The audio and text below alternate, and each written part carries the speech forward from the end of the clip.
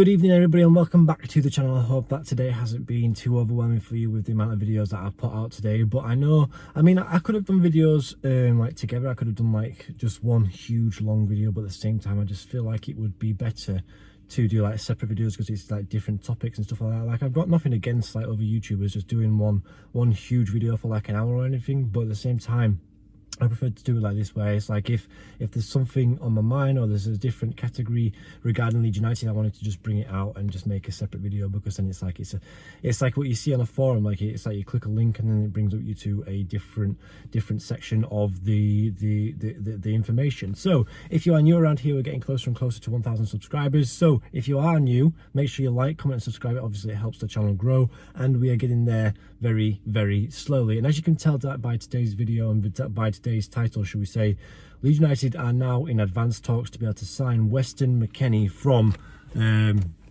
Juventus. I mean, I know I did a video this morning regarding, or yesterday should I say, regarding the whole update on McKennie, and there was a new update today that obviously Leeds United are now in advanced talks. I know there's personal terms being accepted by the player, and to be honest with you, I'm quite shocked because there's the player of his caliber shouldn't be coming over to Leeds United. Like if Jesse Marsch or the 49ers or even like Tyler Adams wasn't at the club, he wouldn't even like second guess us, and he wouldn't even like look at us and be like, okay, this is something where I want to be at. A relegation scrap is probably something he didn't have on his mind.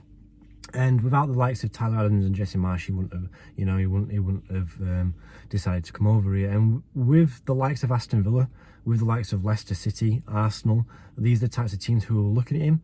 And I know he rejected Aston Villa towards the back end of January, or the start of January, should we say, because Aston Villa made a bid for him and he turned it down. So I'm very surprised that he turned down Aston Villa with the project and the manager, and just in a sense on where they're going or where they're predicted to go, to join a club like Leeds United, because obviously the personal terms between him, the contract talks with everything went so smoothly. Now it's just between Leeds United and Juventus themselves.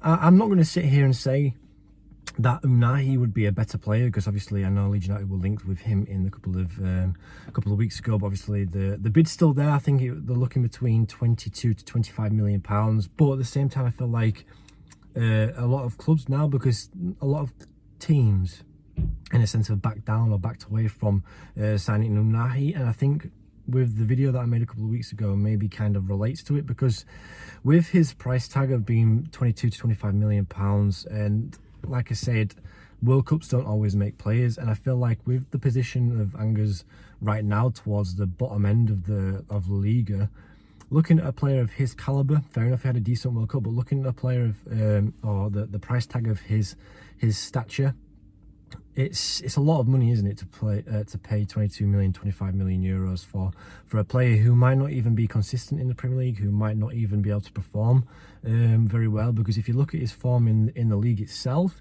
he hasn't really been impressive, has he, really? So it's one of them things where it's like, do we take that big risk? Do we pay 20 million pounds for him just to be able to be another Dan James or a Junior Firpo? And I feel like the board have, in a sense, moved away from that now to look at players of better quality, you know, like McKennie. And with Juventus and Leeds in advanced talks, is going to be an exciting one. I'm very excited, you know.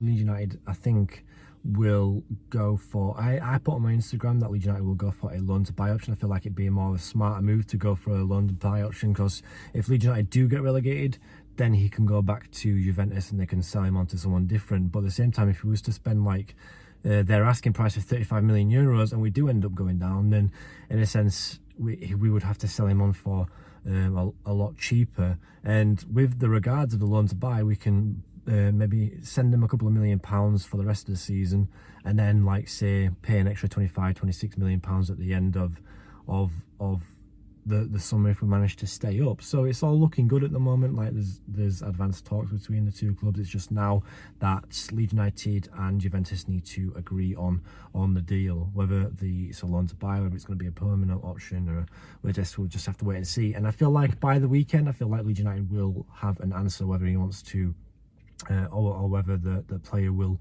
be a Leeds United player. So Anyway, guys, thank you so much for watching. Thank you so much for tuning in again. It's just a quick little update. I know Unai has been being very quiet now, so I don't really see Leeds United going out and signing him. The bid's still there, it's still active. It's the biggest bid, outbidded Leicester City, so it's there if Angers want to accept it. But I feel like Leeds United will prefer to sign McKennie anyway. So anyways, thank you so much again for tuning in. I hope you have a fantastic evening, and it's almost the weekend now, so hopefully we can beat Accrington Stanley in the cup on Saturday, and I guess I'll just see you then.